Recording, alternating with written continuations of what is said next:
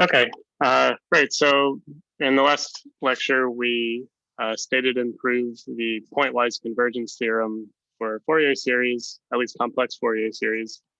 And so at the end of the lecture, we began discussing the uniform convergence theorem for Fourier series, which I have just reviewed up here. And so what we're going to do in the first part of the lecture is just complete the proof of the uniform convergence theorem. And then we're going to talk about some kind of extensions of the pointwise convergence theorem in the case where it doesn't apply. What can you say in the case where it doesn't apply? So we'll talk about that a little bit once we're done with this proof. And then we'll spend most of the rest of the lecture just looking at a few examples. Right, and so remember, what is the uniform convergence theorem for Fourier series? So you have to, well, you don't have to, but for this theorem, we're assuming that f and its derivative are continuous functions on minus pi to pi, which are the same hypotheses we had for our pointwise convergence theorem. But for the uniform convergence theorem, we're going to add in an extra condition, which says that f of minus pi is equal to f of pi, right? So the value on the left endpoint is the same as the value on the right endpoint. What this kind of means in general is that if you take the periodic extension of the function f, then the periodic extension, the 2 pi periodic extension will be continuous, which is kind of why this condition is needed. We'll say a little bit more about this later on in like the second part of the lecture. And so the theorem says that under these hypotheses, the partial sums of the Fourier series will converge to f uniformly, not just pointwise on this interval, right? And so remember, we're using this notation f with a hat on it of n to denote the nth Fourier coefficient, nth complex Fourier coefficient. The reason why we do this is because sometimes there are like different functions under consideration at the same time. And so you need to be able to say like, this is the Fourier coefficient of one function rather than another. So it helps to indicate the dependence on the function here. Right, and so we began with the proof last time. And remember that we made the observation that it suffices to show that if you look at the sum of the absolute values of the Fourier coefficients over all n, that this sum is finite, right? And so the reason for this is, well, remember that if f and f prime are both continuous, we proved last time that the partial sums of the Fourier series will converge to the function pointwise, at least for x strictly between minus pi and pi. But then we have this result from the last homework. So this was problem 4 on homework 9, which says that, okay, if you know that the partial sums converge pointwise, and you also have like the sum of these absolute values are finite, then you actually have uniform convergence, right? So in that homework assignment, we had like some an, right, which we were assuming was finite, the sum of which was finite, sorry. In this case, the an is going to be the absolute value of the Fourier coefficient, right? So notice that this term is always smaller than this in absolute value. If you take the absolute value of each term here, it's going to be smaller. Let me rephrase that, right? So if you take absolute value of f hat n times e to the I n x, right? So this is just actually equal to absolute value of f hat n times absolute value of e to the I n x. But absolute value of any complex exponential, purely complex exponential, is always equal to 1. Right, so this is actually just equal to this absolute value, right? And so then we're gonna, once we prove that this series converges, we can just apply this homework problem to conclude uniform convergence, right? And so the whole goal then is to just show that this is finite. And so notice that this is related then to how fast the Fourier coefficients decay, right? Because in order for an infinite sum to be finite, you need some particular rate of decay for the Fourier coefficients. And so uniform convergence is somehow going to be associated to like this question of, do the Fourier coefficients decay fast enough for this to be like absolutely summable? Right, so that's kind of worth pointing out. Right, and so now that we have this set up, let's proceed with the proof, with the rest of the proof.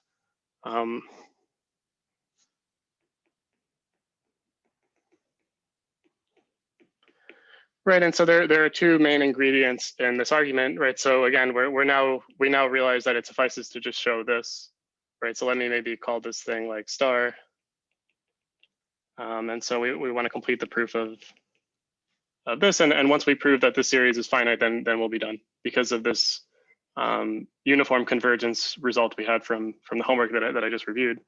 Right, and so to prove this that this infinite series is finite, we're going to use two observations. Well, one is like an observation, and the other is kind of an important inequality, which has lots of uses elsewhere. And so, right, so there's two ingredients now. Let me just list these out. The first is something we discussed in the last lecture, which is if you look at the nth Fourier coefficient of f, I can relate this to the nth Fourier coefficient of the derivative of f in the following way.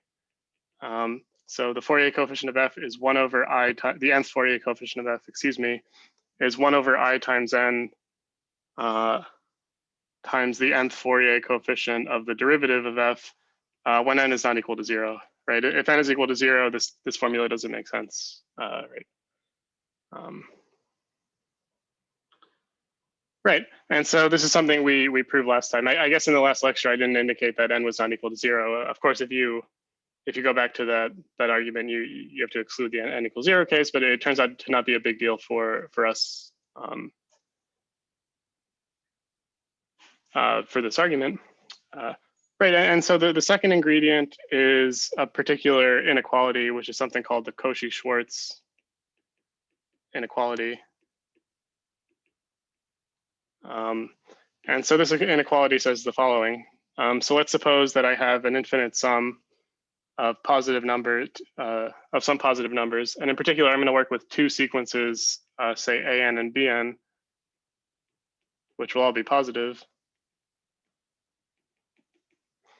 This inequality says that if I sum an times bn, this is always going to be less than or equal to two separate sums involving a and b. Two sums involve the product of two sums involving a and b separately, but it's going to involve the squares of these sequences. Right. So this is always less than or equal to the sum of an squared to the power 1/2 times the sum over n of bn squared times the power to the power 1/2. Right, and so this is a kind of a very famous inequality in the study of differential equations and analysis more generally.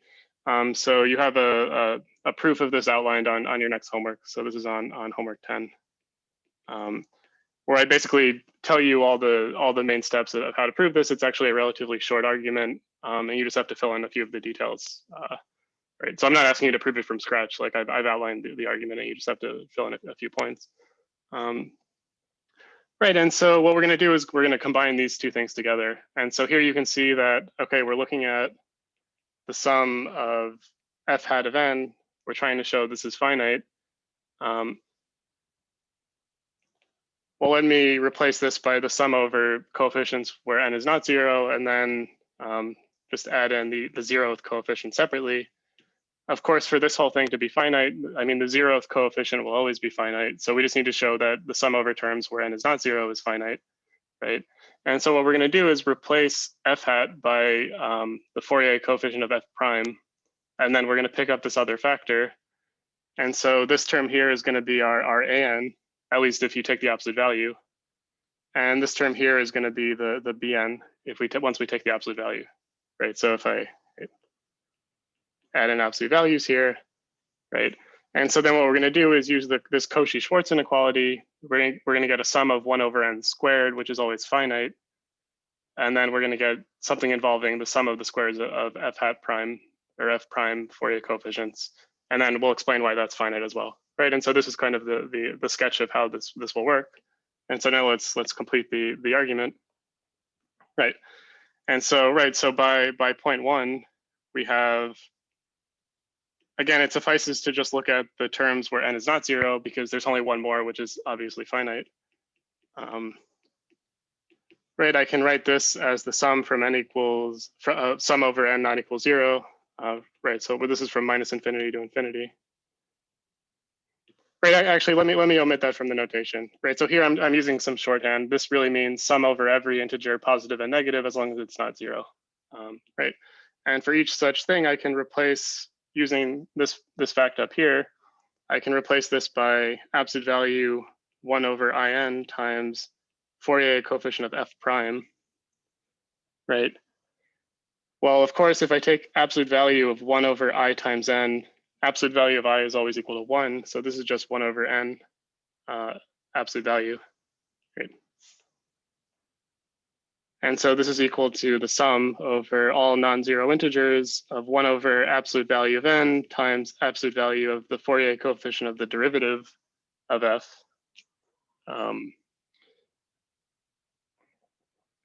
Right, maybe, sorry, I forgot to indicate this before. This only works if you have these periodic boundary conditions, right? So this is important. So this is actually where we're using this hypothesis in the argument. We're using it so that we can apply this identity here, right? Right? Okay, and so anyway, once we plug it in, this is what we end up with. And so now we're going to use this Cauchy-Schwarz inequality with an is 1 over n and bn is the coefficients of f prime. Right, so bn is the nth Fourier coefficient of f prime. And so now by 2, which is the Cauchy-Schwarz inequality, this is always, so I have more space, let's continue below. This is always less than or equal to sum, well, I'm gonna have two sums, or not, sorry. I'll have one sum to the 1/2 and then another sum to the power 1/2.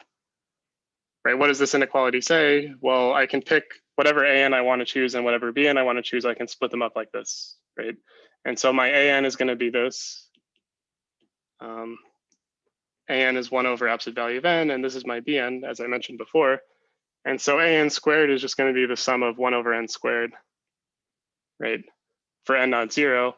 And then the bn squared is just going to be the sum of the squares of the Fourier coefficients of f prime, right?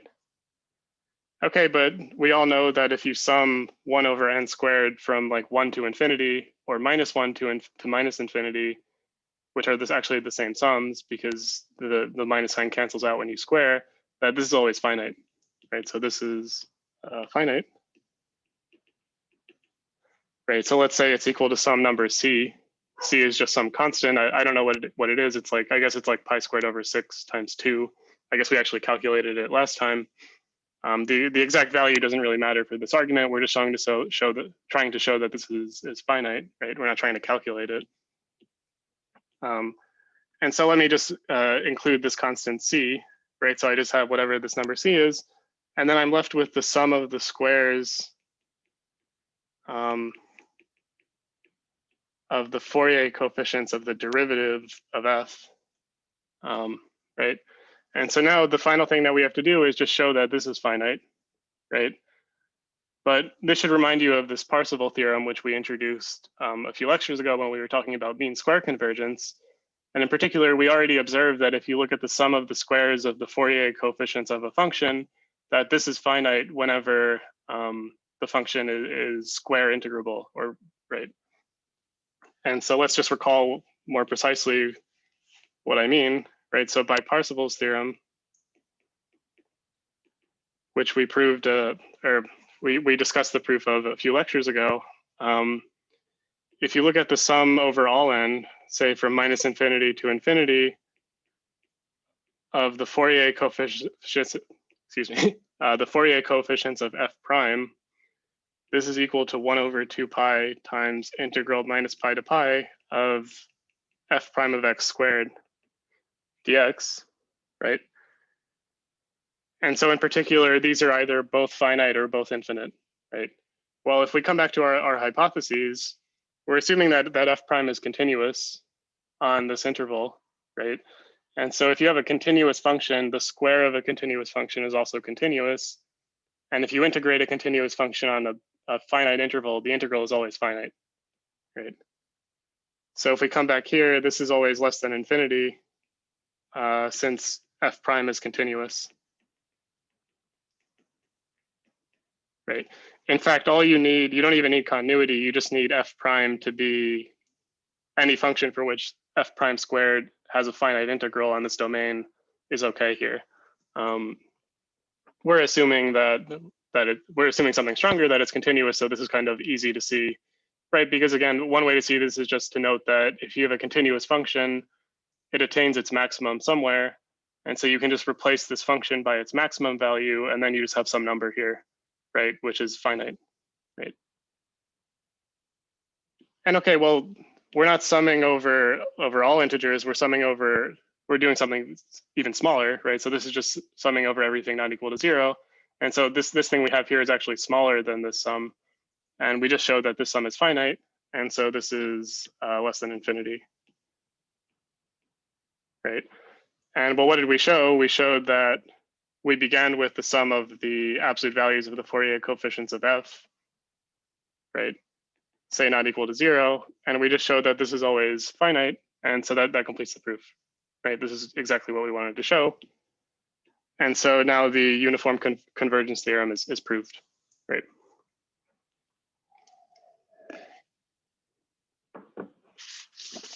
Okay.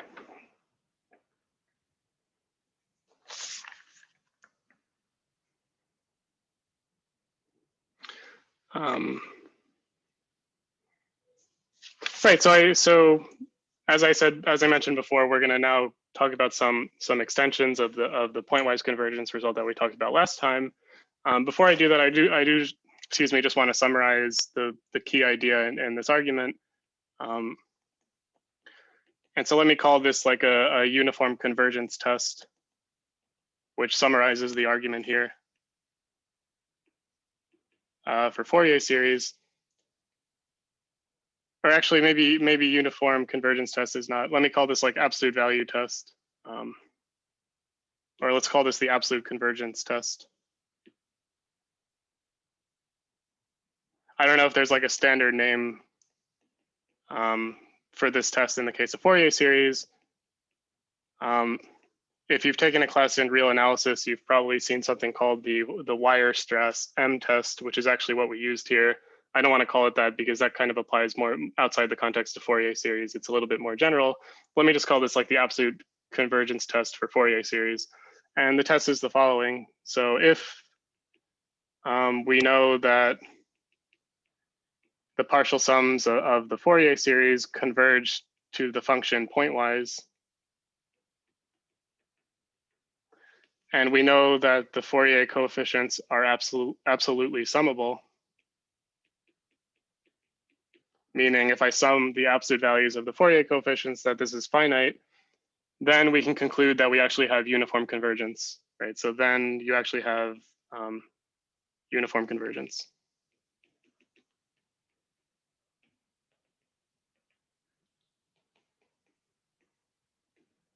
Right, and so this is exactly what we used in the previous argument. We use this result, right? And so I'll give and so notice that, well, the theorem we had previously, we made some kind of general assumptions about the function that allowed us to prove this in the abstract, that this was finite, right? Using this idea here, this argument. There are some examples of functions for which this will still apply, but the hypotheses of the previous theorem are not satisfied. And so we'll see an example later in the lecture where you can conclude uniform convergence using this test, but you can't conclude it using the previous theorem because one of the derivative won't be continuous, but this will still apply. And so we'll see that in a little bit. Right, so this is a good thing to remember because it's typically a very helpful result. It's one of the reasons why I made everyone suffer through the argument on their homework so that you hopefully remember this result. Okay, and so kind of continuing along this theme, one question you may ask is, well, what do we do, right? So if you think back to the pointwise convergence theorem, that also assumed that the function f and its derivative were both continuous, right? And so what happens for functions with discontinuities, right? So this is the next thing we'll talk about. Right.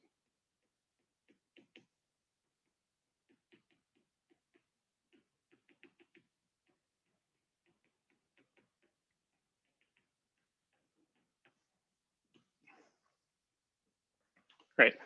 Right. So for example, right. So the function may have discontinuities, or maybe there are some points where it doesn't have any derivatives, right? Or where derivatives don't exist.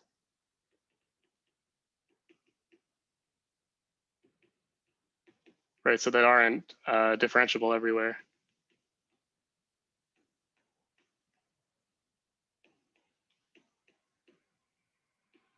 Right. And so it turns out that even though the theorems we talked about in the last lecture and the beginning of this lecture don't directly apply, there's still lots of positive things that you can say. And so I just wanted to discuss a few of these. And I mean, some simple examples of these types of functions, like maybe you have something like this, where this is my function, and maybe at the origin, there's a jump, right? So this is something called a jump discontinuity. Or maybe you have a function with like a corner point, right? So maybe like the absolute value of x, right? At this point, there's no derivative, right? So it's not differentiable at the origin. And so you may ask, well, there are lots of examples where maybe you're trying to solve some partial differential equation, and maybe your initial data or initial state has a jump discontinuity, or maybe has a corner point where it's not differentiable. In the real world, lots of things are not differentiable, right? Not everything is smooth in application. And so the question may be, well, how do we apply this theory of Fourier series in this case when the previous theorems all break down, because you can't apply them because it's either discontinuous or the derivative doesn't exist. In particular, notice for this function, the derivative will have a jump discontinuity, right? So here f is continuous, but f prime is equal to -1 here, and f prime is equal to +1 here. And so there's a jump discontinuity in the derivative. And so what happens in this scenario? Right, and so as I said before, it turns out that you can still get some good good results that are positive results. So in order to describe these theorems more precisely, I just have to quickly introduce a little bit of terminology, which you may have seen before, but it's still worth reviewing. Right, so now we're going to talk about more general pointwise convergence theorems. Just very briefly, I'm not going to prove these, but I will just state the theorems, and we'll look at some examples, right? And so the majority of the rest of the lecture will just consist of examples.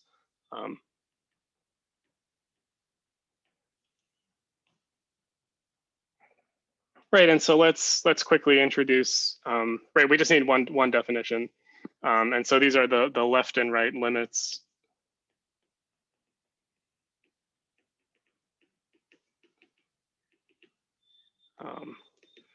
Right, and so if we have a function that may potentially have a discontinuity, let's say we fix a point x0, right? And so we're going to define f of x0 plus to be the limit as x approaches x0 from the right of f of x. And we're going to define f of x0 minus to be the limit as x approaches x0 from the left of the same function, right? And so, right, for example, maybe my function looks something like this. This is f of x. Oh, sorry. This is f of x. Right, and say this is maybe my point x0 here. And so maybe, right, so at this point, the function is equal to, like, say, 1/2, and maybe it goes off like this. But maybe there's a jump discontinuity. So maybe at this point, it jumps up to being equal to 1. Right, so maybe the graph looks something like this. Right, so the right limit is the limit in this direction, right? So this is x converging to x0 from the right. And so in this case, for this example, f of x0 plus is going to be the limiting value as you get closer and closer to the point where the discontinuity is from the right. And so in this case, from moving from the right, the limiting value is 1/2, right? And so for this example, it's equal to 1/2. On the other hand, the limit from the left is this limit here, right? Sorry. Or sorry, it should be from the left, excuse me. Right, so the left limit is going to be the limit as you get closer and closer as x approaches x naught from this direction. And so for this function, the left limit is not going to be 1/2, it's going to be 1, right? Because this is the value you're approaching as you get closer and closer from the left. Right, so for this example, f of x naught minus is equal to 1, right? And so, I mean, you only really need to introduce these terms when you have a function with a discontinuity, right? If a function is continuous, these are always the same, right? And in fact, this is one way to define continuity. The function will be continuous if and only if these are the same number, right? So note, f is continuous at a particular point, say x naught, if and only if the left and right limits are the same, right, and exist, right? Right.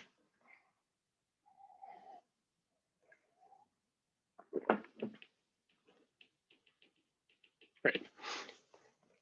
And so it turns out that we can use this notion to generalize the pointwise convergence theorem from before, and we can actually strengthen it. And so this is the following is the more general pointwise convergence theorem.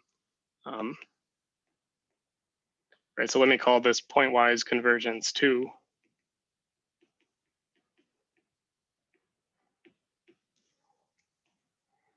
And so the theorem is the following. So suppose we have a function, say f, on, say, the interval between minus pi and pi. And suppose that both f and its derivative have only finitely many jump discontinuities, right? So f and f prime both having finitely many jump discontinuities.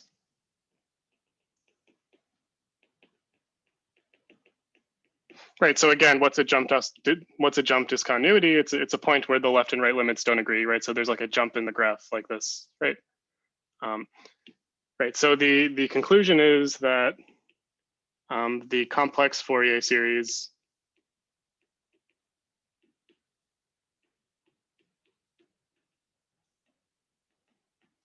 converges pointwise, not to the function necessarily, but it converges pointwise to the average of the left and right limits.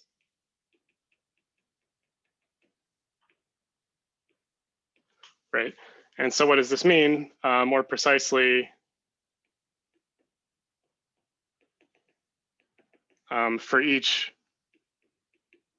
point x in the domain, we have the limit, oh, sorry, let me keep this all in.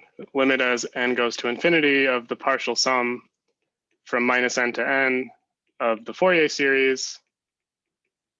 This limit is equal to not f of x, but the average of these two, right? So the average of the left and right limit at x. So f of x minus plus f of x plus over 2, right?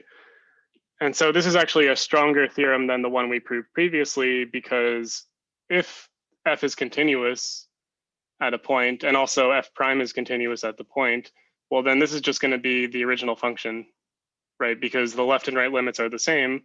And so if I add them together, I'm going to get 2 times f of x divided by 2. So that's just f of x, right? So note that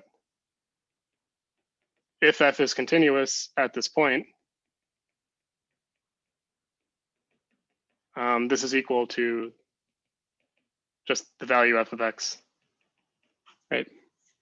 And so this is, again, a generalization of the theorem we looked at last time. Right, and so I'm not going to prove this theorem. I'll just point out that the argument is very similar to the proof we did for the pointwise convergence theorem. Remember, we had this function g, and we had to show that the integral of g squared was finite. And so under these hypotheses, you can still show that. as long as you replace the function f by this more complicated function. The same argument will go through. And so the details are written up in the book. If you're interested, you can also feel free to ask about how this is proven in office hours or something, and I can go through it. But I'm going to omit the proof from the lecture.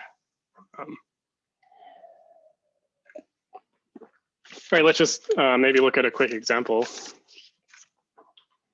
Right, so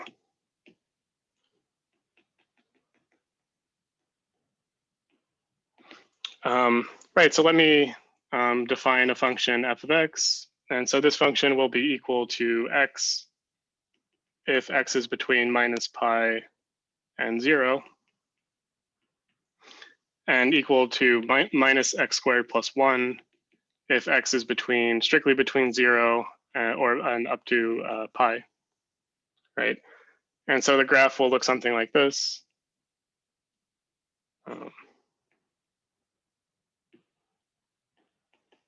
Right, so minus pi to pi. Right, so if x is between minus pi and 0, it's equal to just the function x. So it's going to look something like this, including this point here. And then once you move beyond that, there's a jump and it becomes minus x squared plus 1. Right, so in particular, this function here when x is 0 is equal to 1. And so maybe it's like this. And then it's equal to minus x squared plus 1. So it'll do something like that. Right. Right, so in particular, there's a jump discontinuity at 0. Right.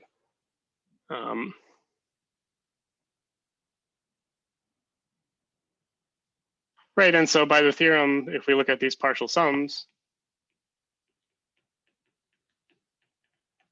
this converges pointwise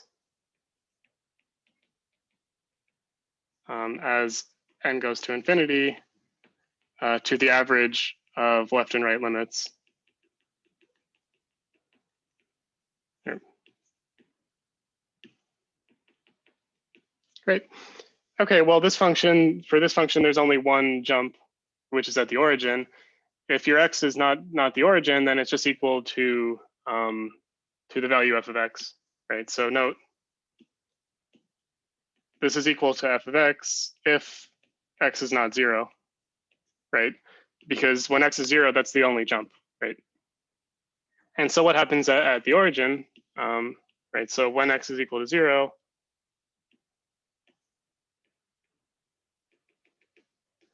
it converges to f of 0 plus f of 0 minus over 2, right? So these are the left and right limits.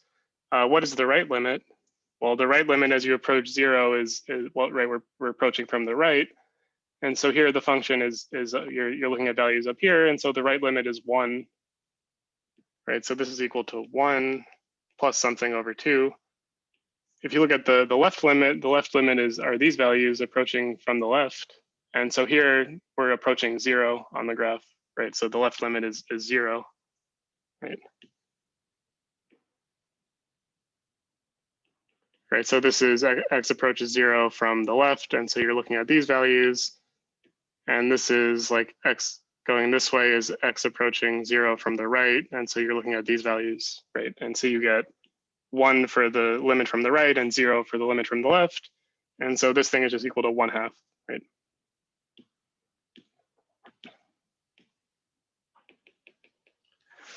Right, so for this function, the partial sums will converge to the function at every single point except the origin, and at the origin, they'll converge to 1/2. And so notice that this still converges as n goes to infinity. It's just converging to a different number than the value of the function at that point at the origin, right? And so in general, this is true about any discontinuity. As long as your function f satisfies the hypotheses of the theorem that I just mentioned, the Fourier series will still converge.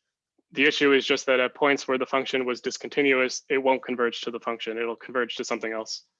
But if it's a point of continuity, you're okay. It will converge to the value of the function. Right. And so this is related to kind of a famous phenomenon when working with Fourier series, which is something called the Gibbs phenomenon.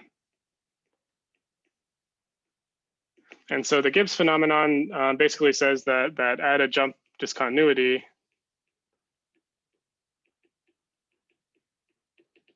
the uniform convergence fails.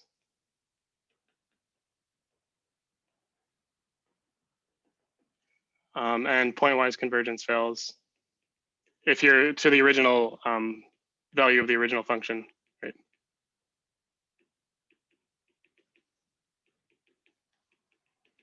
Right, it will still converge. Maybe I should say,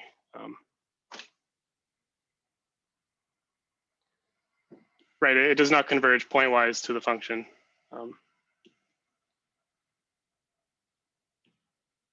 Right, so uniform convergence of the Fourier series fails.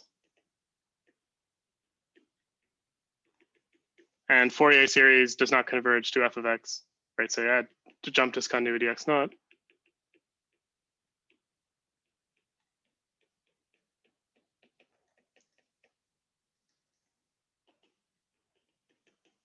Right. And so you can actually say a little bit more. You can quantify this further. And so there's a little bit of discussion, right? You can further quantify how bad the deviation is, or the error terms are. Right, so there's a little bit of a discussion about this in section 5.5. I mean, so this gets a little technical, so I think it's maybe more appropriate for a full course on Fourier analysis, not for this course. But the idea is let's come back to this picture here, and let me use blue to denote the partial sums of the Fourier series. Right, and so it turns out that if you're at a point of continuity, and this, like in this example, the Fourier series are going to give you a very good approximation of your function, right? So they're going to look kind of very close to looking like the function. And this approximation gets better and better as n increases. But as you approach a point of discontinuity, there's going to be kind of a jump in the approximation. And you can actually, this is what I kind of mean here when I say you can further quantify. There's like a precise estimate telling you like how bad this error is. And so this is what's more precisely what the Gibbs phenomenon is. And right, similarly over here, there's going to be some kind of jump, right? And then maybe it'll like come up like this, or so that was not, right? So there's going to be a jump, and then maybe it'll sharply increase like this, right? So there's going to be some weird behavior in the Fourier series near the jump, but away from it, it's going to look pretty nice and give you again a pretty good approximation of your function. It's also worth pointing out that the same thing can happen at the endpoints. Like maybe there's some weird jump at the endpoints, so we don't really know. It depends on whether or not the particular functions, right? So there could be some issues at the endpoints as well, right? Okay, right, and so that was the first example I wanted to look at. Let's move on and look at another example. So this will be example 2. I'll also try to prepare a few more examples for the Zoom meetings if you want to see more things like this. Right, and so in this case, we're going to look at a function which is continuous, but not differentiable. Right, so let's look at the opposite value of x on minus pi to pi. Right, so this is the function here. Something like this. Right. Okay, well, for this function, there's no discontinuities, but we still can't apply the pointwise convergence theorem because this is not differentiable at the origin. Right, and so if you go back to for example, the pointwise convergence theorem from the last lecture, well, for that theorem, we assumed that f prime existed at every point. Here, f prime at the origin does not exist. So that theorem we cannot apply. And similarly for the uniform convergence theorem. What we're going to show is that nonetheless, the Fourier series will converge uniformly. And so I want to explain why in this example.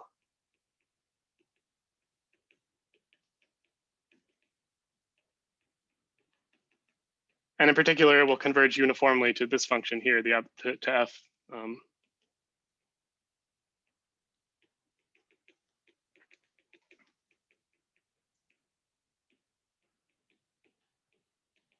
Right, and so well, the first thing to point out is that Right, so the only, let's come back to this theorem here, the more general pointwise convergence theorem. So this theorem does apply, right? And so we know that the partial sums of the Fourier series will converge to this, but the function we're looking at is continuous, right? And also the derivative has only finitely many jump discontinuities. And so we actually do have a good pointwise convergence result already.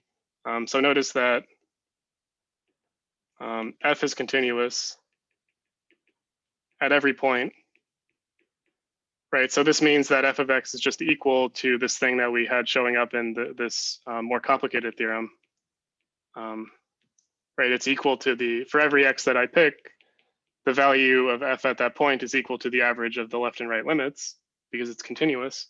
Well, also, if I look at the derivative, what is the derivative of this function? Well, the derivative is a piecewise defined function, which isn't defined at the origin, right? So it's equal to 1 between 0 and pi.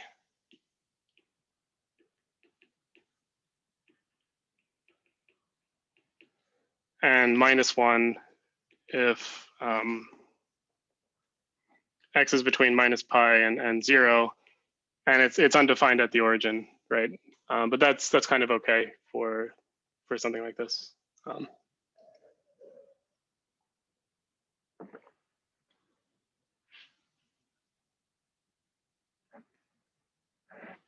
Right. Right, and so the previous theorem will then apply, and so we get that the partial sums of the Fourier series, so say from -n to n of f hat n will converge to f as n goes to infinity pointwise. Right. Again, just because the derivative has jump discontinuity, right?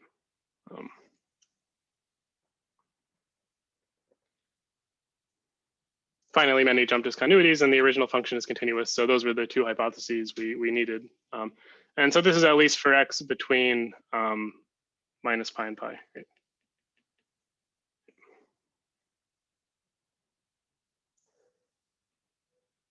Okay, and so remember I mentioned before that we actually can show something stronger, and so we can actually show uniform convergence in this example. And so let me explain why that's the case.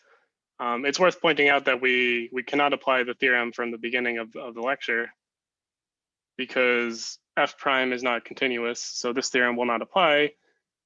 But that doesn't mean it doesn't converge uniformly. It just means we need a different argument, right? We just can't use this result. Although there are other examples, of course, where you can use this result.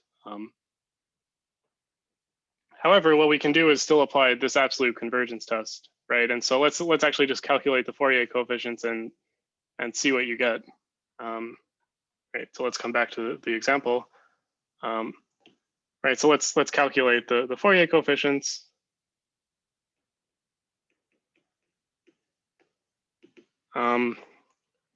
Right, so notice that we're looking at right, what is f hat of n equal to? It's equal to 1/2 pi times integral minus pi to pi of absolute value of x times e to the minus in x dx. I'm going to use the Euler identity to replace the complex exponential by sine and cosine terms. And the reason I'm doing this is because this is an even function, right? And so all the sine Fourier coefficients are gonna go to 0, or just gonna be 0, right?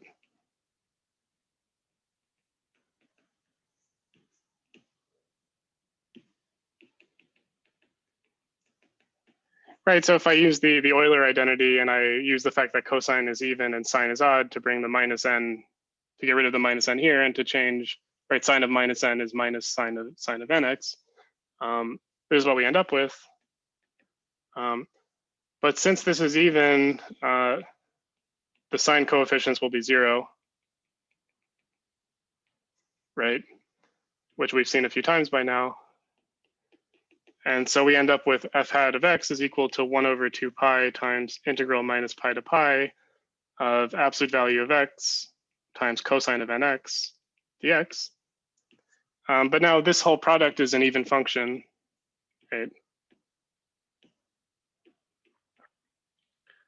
And so I can write this integral now as just twice the integral from 0 to pi of absolute value of x times cosine nx. But on this interval, the absolute value of x is just x, right? So I can switch this out for x, right? Well, now 2 over 2 pi is just 1 over pi, right? Right, and so this is just the nth cosine coefficient on 0 to pi of the function x, right? And so this is something we've already calculated either in a previous lecture or in a homework assignment. And so let me just quickly remind myself what these are, right? So you can go back and use those previous results, or just very quickly calculate this yourself. Maybe pause the video and check. Oh, sorry, this should have been f hat of n, sorry. And so you can check that you end up with, well, it's going to be 0 if n is even and not 0. It's going to be pi over 2 if n is equal to 0. And finally, it's equal to 1 over pi n squared if n is odd. Right, and again, this is something we've done previously, I think, in one of the earlier examples. Or you can just, again, just calculate this integral and check.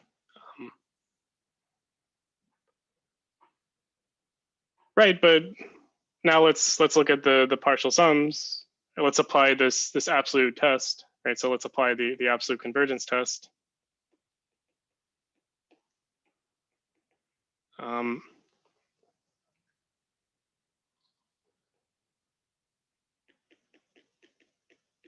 Right. Well, if I look at this formula here, well, let's separate the n equals 0 term, which is just pi over 2, right? So this is pi over 2. And then I have the sum over n odd. And for each odd n, I just get 1 over pi times n squared, right? But this is always less than or equal to, I mean, it's actually strictly less than pi over 2 plus 1 over pi times just the sum of 1 over n squared from 1 to infinity, right? But this sum here is finite, right? So this is just finite, right? Well, we already know from our previous discussion that we have pointwise convergence, right? And so the two hypotheses of this absolute convergence test that I reviewed at the beginning of the lecture are both satisfied by this example. And so this actually converges uniformly, right? So we get uniform convergence.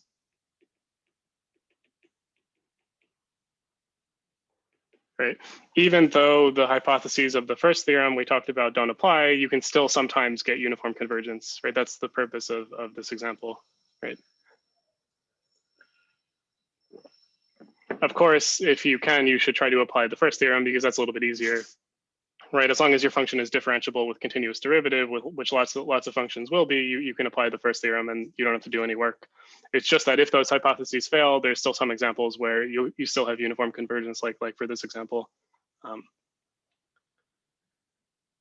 Okay, I mean, and so what's the kind of conclusion here? I do want to say just a little bit more about this example, which will lead us into kind of the final topic to talk about for today, or for the main part of the lecture today.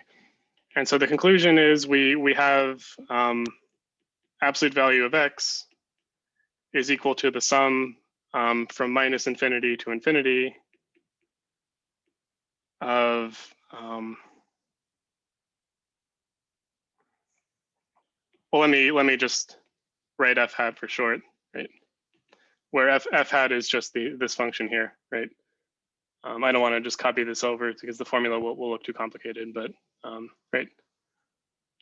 At least, excuse me, at least between minus pi and pi, right? Okay, and so the question is, well, what happens now? Of course, absolute value of x is not only defined on this interval, right? So the domain of this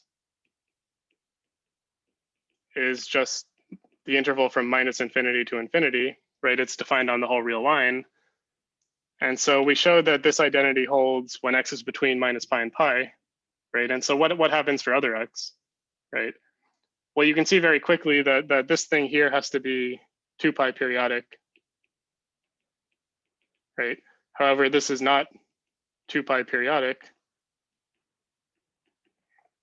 And so this immediately implies that these functions can't be equal to each other everywhere, right? So you really need this restriction here, right? So it's only, these are only equal on this particular interval, right? And so once you leave the interval between minus pi and pi, this series still converges. In fact, it converges uniformly, but it's not going to converge to this function. It's going to converge to a different function. And so in particular, so this is an important point. The Fourier series here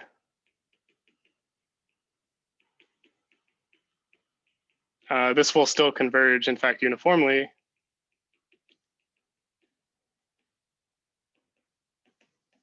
Outside this interval.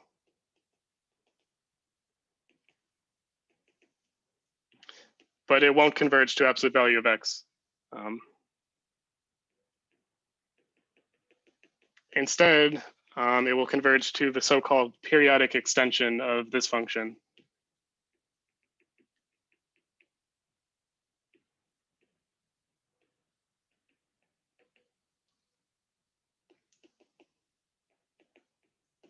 Right, the periodic extension of this function.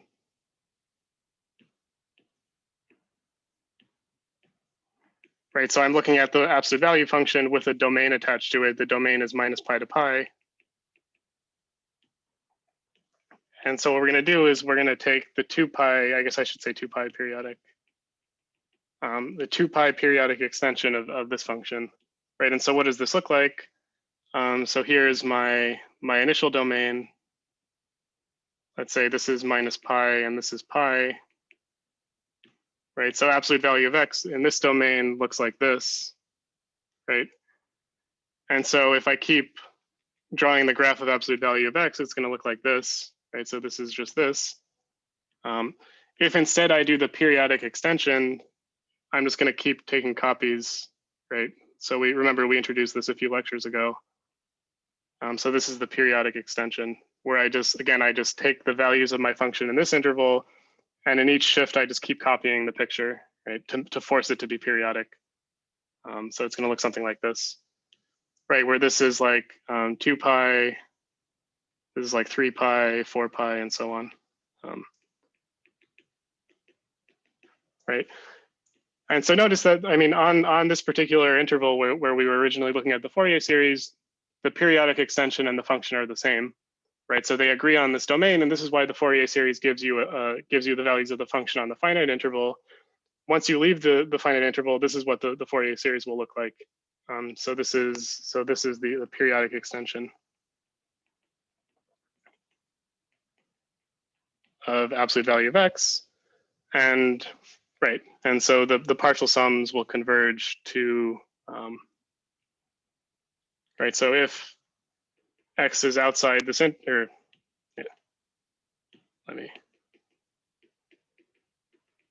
if x is outside the interval from minus pi to pi, the Fourier series that I've written above,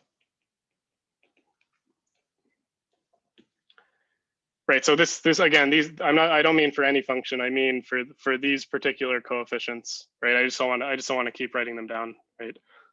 So this will converge to the periodic extension.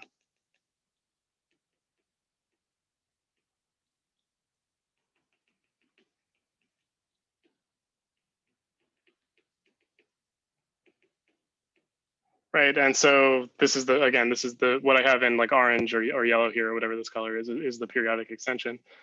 So this function is sometimes called like a sawtooth function, the periodic extension of absolute value of x, because it looks kind of like a sawtooth, right?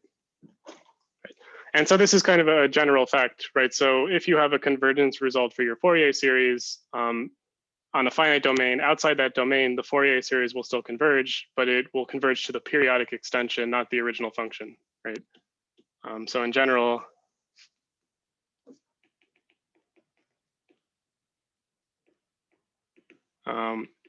if the Fourier series converges of a function,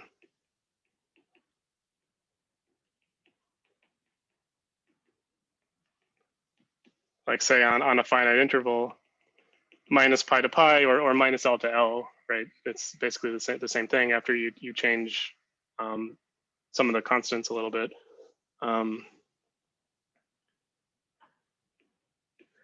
So then outside this interval,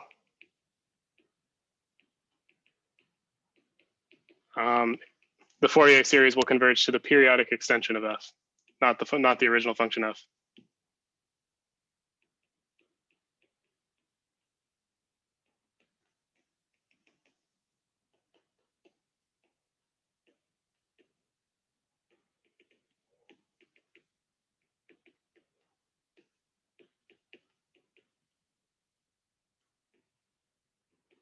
And not necessarily f, right?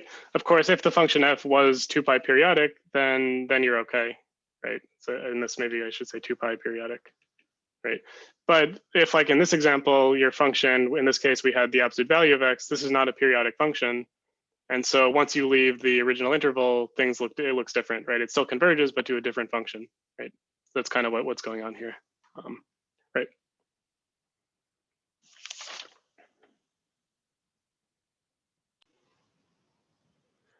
Okay, and so, right, so now what I want to do is finally, for the last part of this discussion, is just quickly return to boundary value problems and just quickly discuss like how some of the stuff we've been talking about in this general theory of Fourier series, we can go back and apply it to these boundary value problems we were studying about a month ago or a few weeks ago.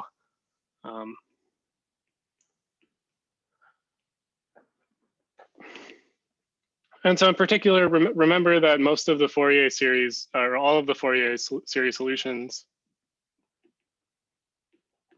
that we were working with were either full Fourier series or cosine or sine Fourier series, right? And in particular, they were not complex Fourier series, right?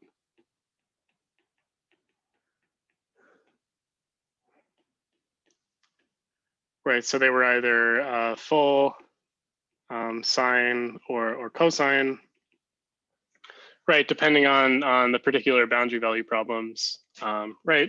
And so one question you may have is, well, all the theorems that we've proven about convergence were for complex series, right? So do the complex convergence theorem still apply?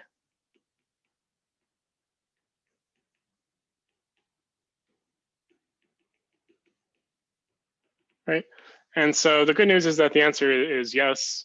I mean, this is one of the reasons why we were working with the complex series to begin with, because for a variety of reasons related to how complex numbers behave, it's actually easier to prove these theorems for the complex series.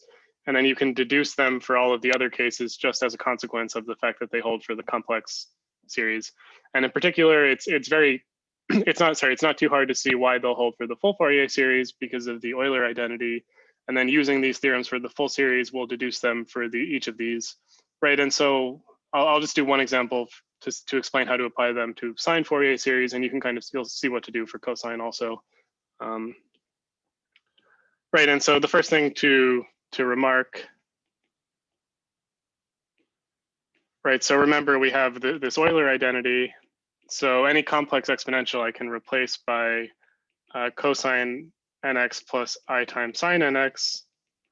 And so this tells you basically that the theorems for complex Fourier series imply results for full Fourier series. On the interval minus pi to pi. And so if you go back to the pointwise convergence and uniform convergence theorems that we went over today and in the previous lecture, they all apply with the same hypotheses to the full Fourier series, right? So there's no work to be done.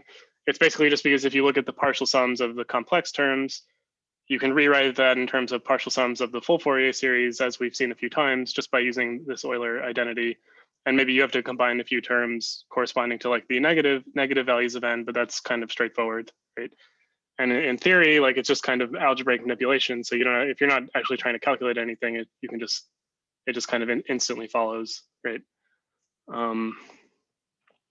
And so maybe a little more interesting is, well, how do we apply, like for example, the pointwise convergence theorem to a sine Fourier series. In particular, remember that sine Fourier series were on like 0 to pi, right? Cosine Fourier series were on like 0 to pi, right? You may also ask, well, what if we were looking at minus L to L or 0 to L, where L is not equal to pi? Well, this is kind of even easier, right? I mean, you're just you can just rescale your domain so that you're on minus pi to pi, and then apply the theorem here and then scale back, right? So the main thing of interest is just to focus on the case when L is equal to pi, and that's okay, right? Okay, and so let's look at an example for a sine Fourier series, right? And then I'll do one PDE example, and then we'll be done with our discussion of Fourier series. I am going to leave maybe 5 to 10 minutes at the end of the lecture to also introduce the next topic, just because there's this break this week, but I do want to at least introduce the next topic in this video. Great. Right, so let's do a sine series example.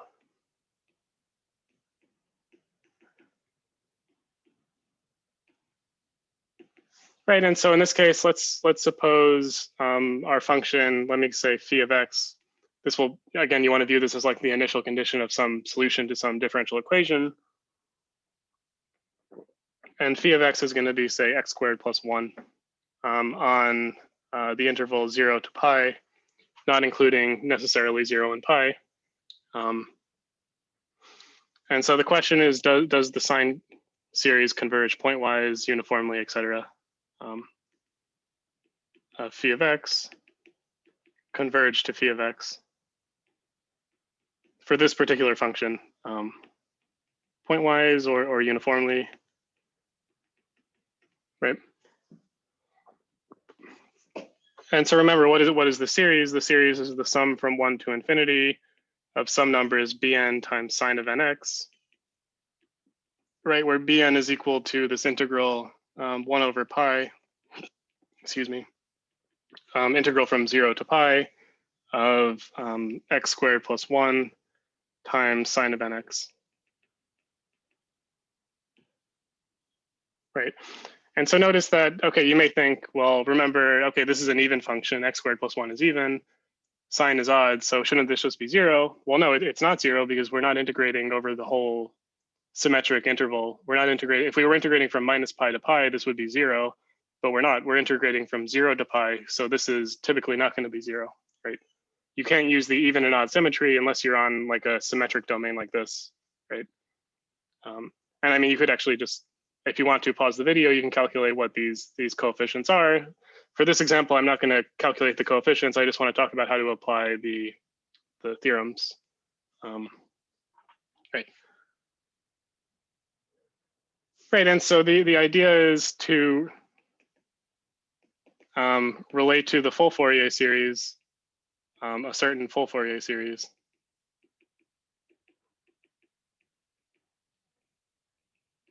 On the symmetric domain from minus pi to pi. And in particular, what we're going to do is look at the full Fourier series of the odd extension of this function.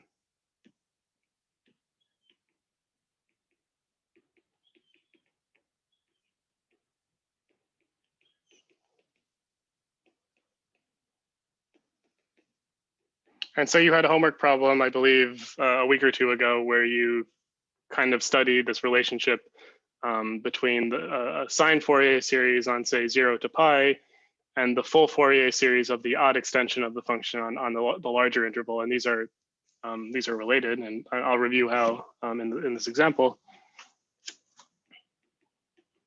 Right, so we're going to look at the odd extension of this function to, which is our phi of x, to minus pi to pi. Right, and so just very quickly, what is the odd extension?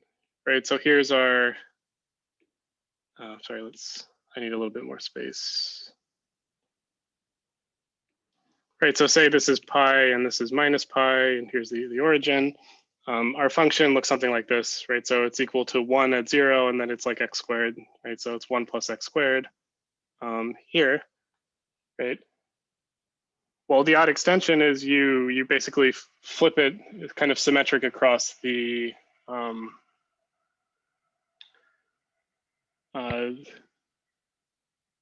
not symmetric, but you like for each value you include the corresponding negative value, right? So here it's going to be equal to this, and then it's going to do something like, right, it's like reflected like this, right? So this is the odd extension, right? So let me call it phi odd of x, right? So if x is between 0 and pi, oh, sorry. If x is between 0 and pi, it's just equal to the original function we had, right? So this is just phi of x, right? On the other hand, if x is between minus pi and 0, let's say strictly less than 0, it's equal to minus the original function, right? So it's equal to minus x squared plus 1. And so that's what this is here, right? I flip the sign of all the values, right? Right. So for example, over here, this is let's say, what is this? This is like pi squared plus 1. Well, now it's negative pi squared plus 1, and so on, right? So this is the odd extension, this whole function here. So both the orange and the black is the graph of the odd extension, right? Okay, well, if we look at the odd extension, this is a function on minus pi to pi, so we can write down the full Fourier series, right? So let's say phi odd has a full series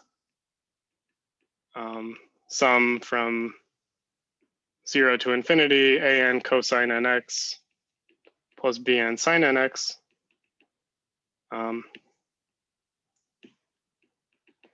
Right? But since this function, of course, by construction, this is an odd function, so the cosine coefficients are all 0, except possibly for, right, yeah, the cosine coefficients are all 0, right? And so we actually just have a sine series here, right? And so this is a fact which you checked in this homework assignment. It was an exercise in chapter 5 in the book. Right, so phi odd, the odd extension, has full series bn sine of nx. This equals this is the same as the sine series on 0 to pi. It equals the sine series of phi on 0 to pi, right? And so in particular, the sine series for the original function, right? This, I guess, let's not get too abstract, right? We were looking at x squared plus 1.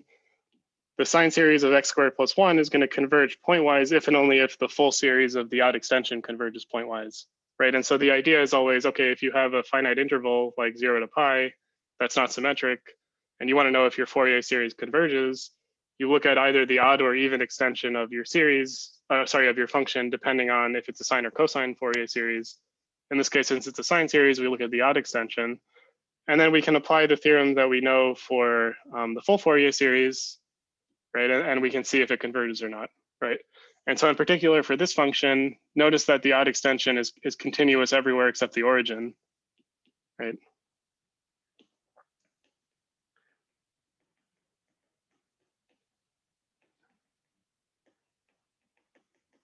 And so if we apply our more general pointwise convergence theorem, we see that the full Fourier series here will converge everywhere except at the origin to x squared plus 1, or sorry, to the odd extension, right? And so in particular, between 0 and pi, it will converge pointwise to 1 plus x squared. And so let me write that down here. So here's the conclusion. So since there's kind of two steps here, right? So since phi odd for this example is continuous when x is not equal to 0, the full Fourier series converges pointwise when x is not equal to 0.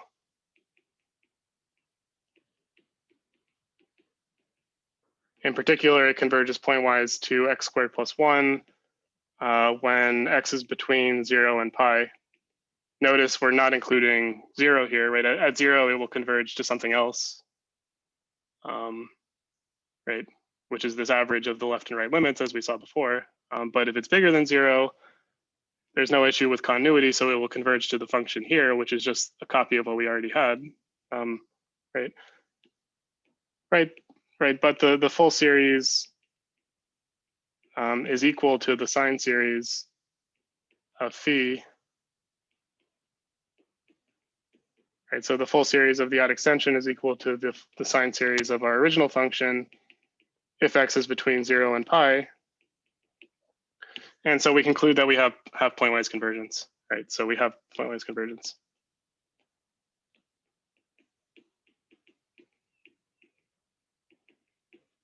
Right. And so this is kind of how these arguments will work, right? You'll have a particular, if you're looking at the sine Fourier series of a function and you want to understand pointwise convergence, you look at the odd extension to the larger symmetric interval, and then you apply the theorems we have on this larger symmetric interval for the full Fourier series, which are the same theorems that we have for the complex Fourier series. And then, well, if you take the odd extension in the original interval, the full Fourier series will be equal to the sine Fourier series here. And so you can deduce pointwise convergence like this, right? And so instead, if you're looking at a cosine Fourier series, you just take an even extension, right? So let me just quickly summarize. So for sine series,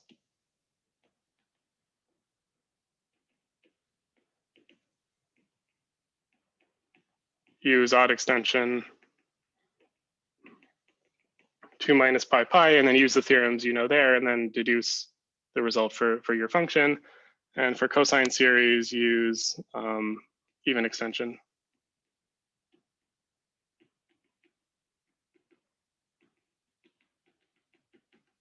Right. Okay.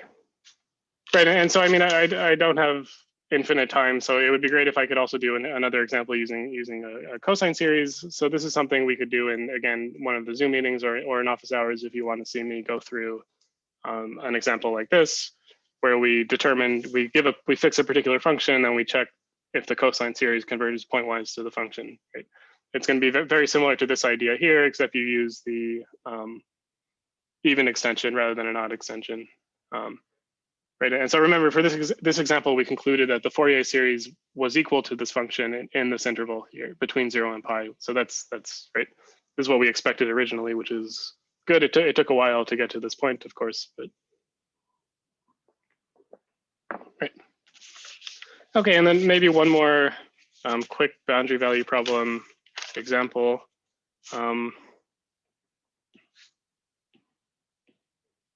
And then we'll be done with our discussion of Fourier series.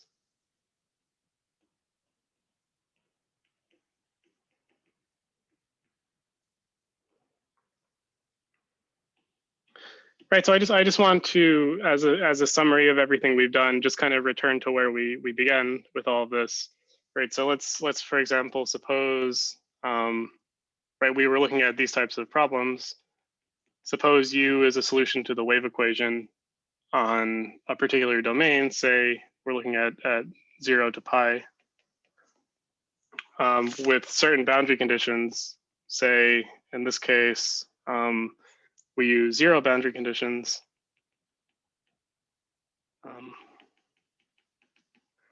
And we have certain initial conditions, say U of x0 is equal to 0 for this example, and we'll assume that the t derivative is equal to x when t is equal to 0, right? And so this is a particular boundary value problem for the wave equation of the type we had considered a few weeks ago. And so remember that the solution formula we obtained was the following. We had U of xt was a sum from 0 to infinity of, say, an cosine nt plus bn times sine of nt times sine of nx. Right, so this is like some type of sine Fourier series with certain coefficients that depend on t, right? Okay, and so if we use the initial conditions, you can check that the first condition will imply that an is equal to 0 for all n. Right, because when I set t equals 0 here, the bn's will go away, and then I'm going to have 0 on the left-hand side is equal to an times sine of nx. And so all these coefficients, if this Fourier series is equal to 0, all the coefficients have to be 0, right? And so you can deduce that an has to be equal to 0 by setting t equals 0. And if you use the second initial condition, so the the condition that ut of x comma 0 is equal to x. This forces x to be equal to the sum from 0 to infinity of, well, you're going to differentiate this with respect to t, and when you differentiate, you have to use the chain rule here, and so an extra n factor will come out, and then differentiating sine becomes cosine, and then when you set t equals 0, cosine of 0 is 1, and so you're going to end up with n times bn sine of nx, right? And so this tells you that this term in brackets here is the nth sine coefficient of x, right? Well, we have previously calculated the nth sine Fourier coefficient of the function x, and so you can go back or just redo the calculation and see that this is equal to -1 to the n plus 1 times 2 over n, at least between 0 and pi, right? And so this tells us then that bn, right, using the initial condition, we can figure out what the coefficients are, right? And so if we come back to this formula, typically these coefficients will be like Fourier series coefficients of one of the two initial conditions, right? Or maybe they won't be exactly the Fourier coefficient, but they'll be related to it like this, right? So here bn is going to be 1 over n times this, right?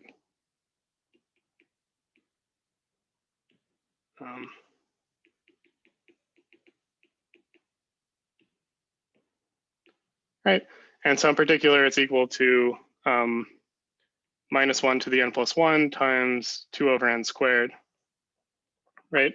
And so our solution is given by u of xt is equal to sum from 1 to infinity of -1 to the n plus 1 times 2 over n squared. And then I have, that's our bn, and then I have sine of nt, and then sine of nx, right? And so notice this is like a sine Fourier series, but the coefficient now depends on t also, right?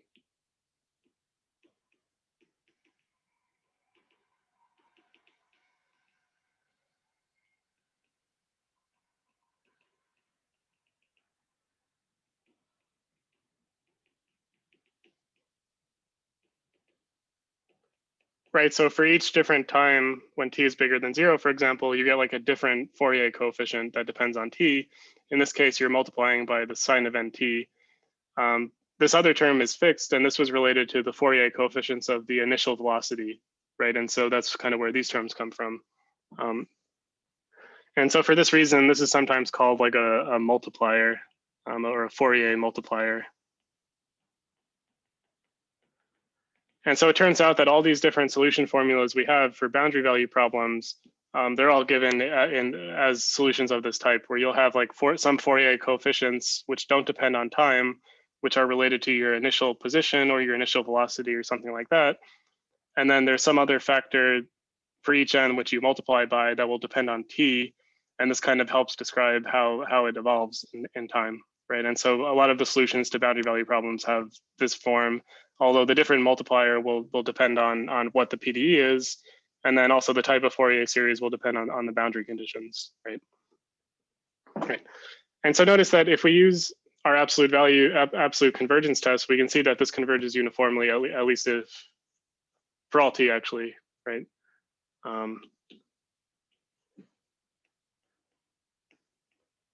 So for this example,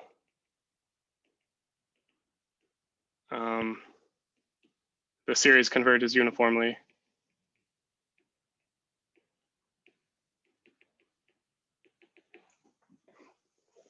And again, you can see this just by using the, for each t, sorry.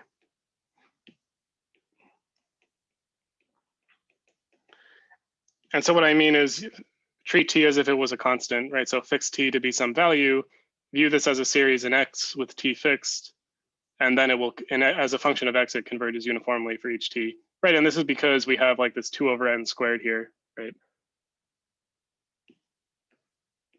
Right, if I look at the reason is if I look at the sum of the absolute values,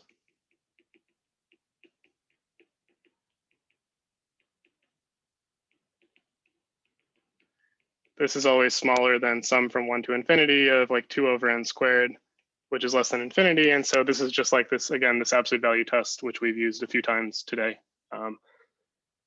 So for each t, this actually is like this infinite series converges and gives us a solution to the problem, right? So maybe I'm being a little redundant here and repeating myself a lot, but the sort of the main point is that previously when we looked at these problems, we had only kind of pretended that these were equal, right? This was kind of like our guess for a solution, and we didn't even know if these converged or not, right? But now we have all these different theorems and all these different tests, which we'll be able to use to like determine if this actually does converge or not. And so in this example, it converges uniformly, right? And so this is like the like kind of culmination of everything we've been talking about for boundary value problems and Fourier series and so on. Now we can finally, like in full level of detail, solve these problems. Okay. All right, and so that's about it for chapter 5. So Fourier series are not going to completely go away because we're still going to use them in the next chapter. But what I want to just do now for the last few minutes is just introduce what we're going to be doing in the next chapter. And so the next topic for the course, which is the final topic, will be Laplace equation. And so just very quickly, let's remind ourselves what the Laplacian is, right? And so in this case, we're going to be looking at functions of 2 and 3 variables. So we'll be looking at, say, a function u of 2 variables, x and y, or a function u of, say, x, y, and z, right? So say 2-dimensional case or 3-dimensional case, right?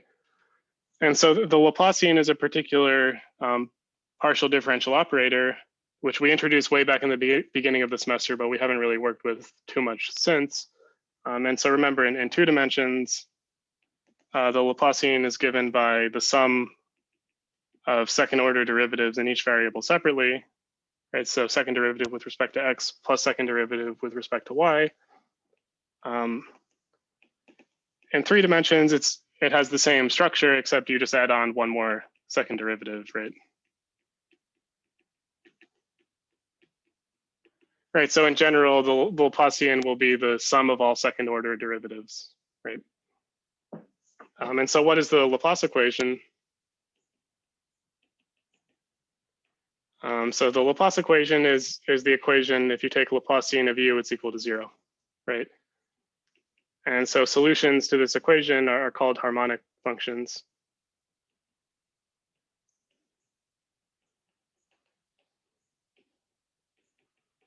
Right. Okay, and so why are we only looking at 2 and 3 dimensions?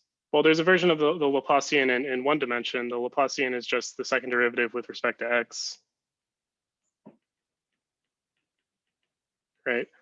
But if the second derivative with respect to x of a 1 variable function is equal to 0, then that function has to just be a polynomial, a linear polynomial. And so there's really not much interesting to say.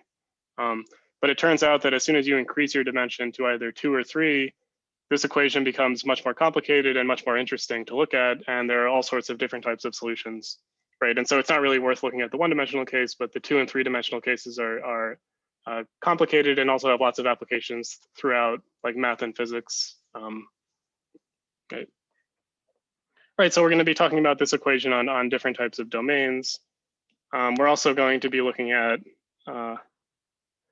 maybe briefly like the non-homogeneous version of this, which is usually called the Poisson equation, which is like Laplacian of u is equal to some function f, which is given. Right, so these are the types of equations we'll be looking at for like the next four lectures. Right. And so in general, right, so the type of problem we're going to be looking at is, let's say we have some domain D, and you'll want to see, can you solve Laplacian of u is equal to f in this domain with maybe u equal to some given boundary condition, right, something like this, right? So we'll be looking at these types of problems, right? So this is sometimes called like a Dirichlet problem for Laplace equation. And so just as again, so what will be done in a few minutes, but just as a quick introduction, I just wanted to indicate that, I mean, this is an equation that shows up all over the place in math and physics, as I just mentioned a minute ago, right? It's kind of a simple equation, right? It's just this one Laplace operator is equal to 0, but it turns out to appear again in a variety of different contexts. So let me just briefly remark on a few of those, and then we'll be done. Right, so Laplace, I just want to mention Laplace equation in application.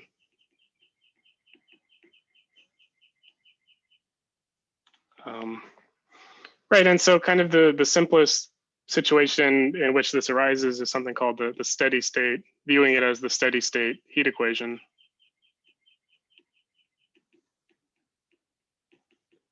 Right, and so let's remember, right, so let's think back to the heat equation in 2 dimensions. Say this is like a metal sheet, and suppose maybe the metal sheet has been heated at a few different points, right? And let's say U of, say, x, y, t is like the temperature at point x, y and time t, right? Well, we know then that, or we discussed previously, that U will solve basically the diffusion equation in a simplified setting, something like this, right? Well, what happens if we let t go to infinity, right?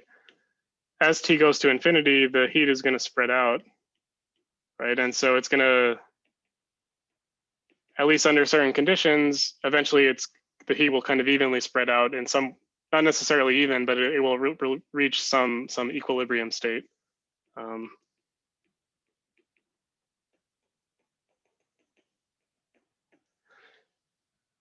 And so if it reaches an equilibrium state, this means that there's no change in time.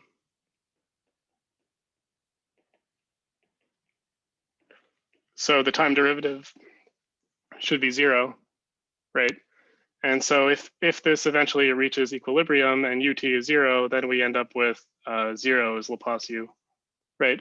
And so this is somehow some kind of limiting version of the heat equation. Again, if you let time go out to infinity and everything reaches a state of equilibrium, this is one situation in which it arises.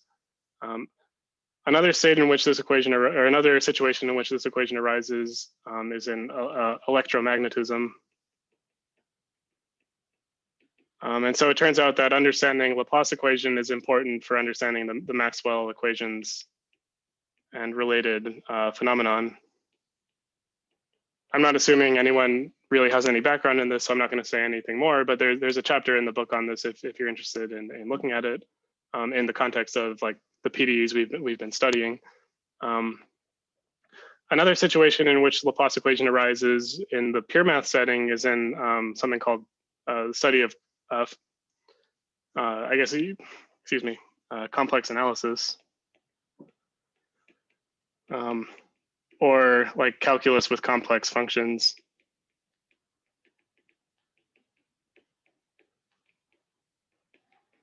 And so it turns out, and if you've taken a class in complex variables or complex analysis, it turns out that if you've probably seen this, but for those of you who haven't, it's possible to do calculus over the complex numbers, and this is not just kind of an abstraction. It's very useful for a variety of different problems.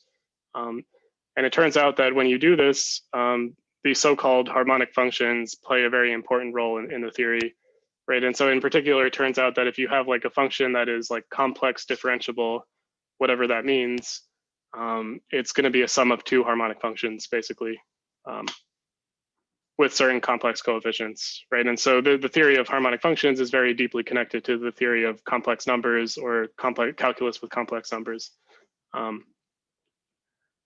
Right, and then a final situation where this occurs, I'm not going to go into too much detail because this is maybe a little bit too advanced, but it shows up, harmonic functions or the Laplace equation is very important for probability, which I just, sorry. Theory, in particular in the study of Brownian motion. And so it turns out that this phenomenon of Brownian motion, if you're familiar with it, is very deeply connected to the theory of Laplace equation or theory of harmonic functions. If you don't know what Brownian motion is, maybe you can look it up, and maybe it should be a little bit surprising that this will be connected to what we're going to be studying, but it turns out to be the case. Okay, and so right, so I just wanted to at least give a few examples to illustrate that the stuff we're going to be talking about over the next few lectures has a range of applications. We're not really going to actually talk about these applications, but I just wanted to make sure you're aware of them so that you know that what we're doing has value for other potential areas of interest. All right, so that's it for today.